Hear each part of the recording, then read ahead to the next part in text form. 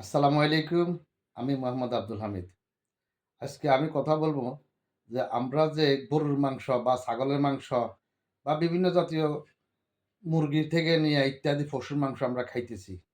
কিন্তু বিশেষ করে এই যে পশুগুলি গরু এবং ছাগল অধিকাংশ মানুষ দেখতেছি যে রাস্তাঘাটে জবাই করে, রাস্তাঘাটে বিক্রি করে এবং বিভিন্ন হাট বাজারেও বিক্রি করে।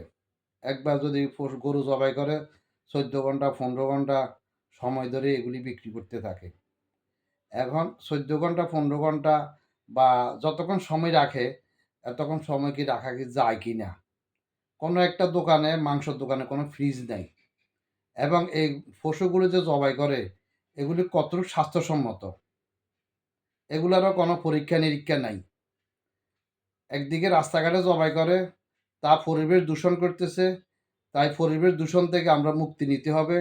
সরকারের কাছে অনুরোধ জানাই, যাতে রাস্তাঘাটে জবাই যাতে না করে পশুগুলি এবং এগুলি ভালো নির্দিষ্ট স্থানে বিক্রি করে স্বাস্থ্যসম্মত সব তৈয়ার করে। যাতে ফ্রিজে রাখে জিনিসগুলি মানসম্মত ভালো থাকে।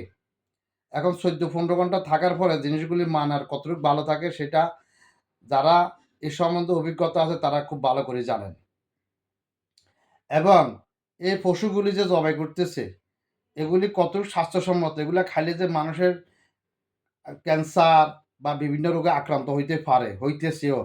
অনেক সময় গরুর মাংস খায় মানুষ মারাও গেছে। তাই আমি সরকারের কাছে অনুরোধ করব, এই পশুগুলো যেন ডাক্তার দ্বারা পরীক্ষা-নিরীক্ষা করে জবাই করার ব্যবস্থা করেন এবং ভালো জবাইখানাতে যাতে জবাই করা হয়।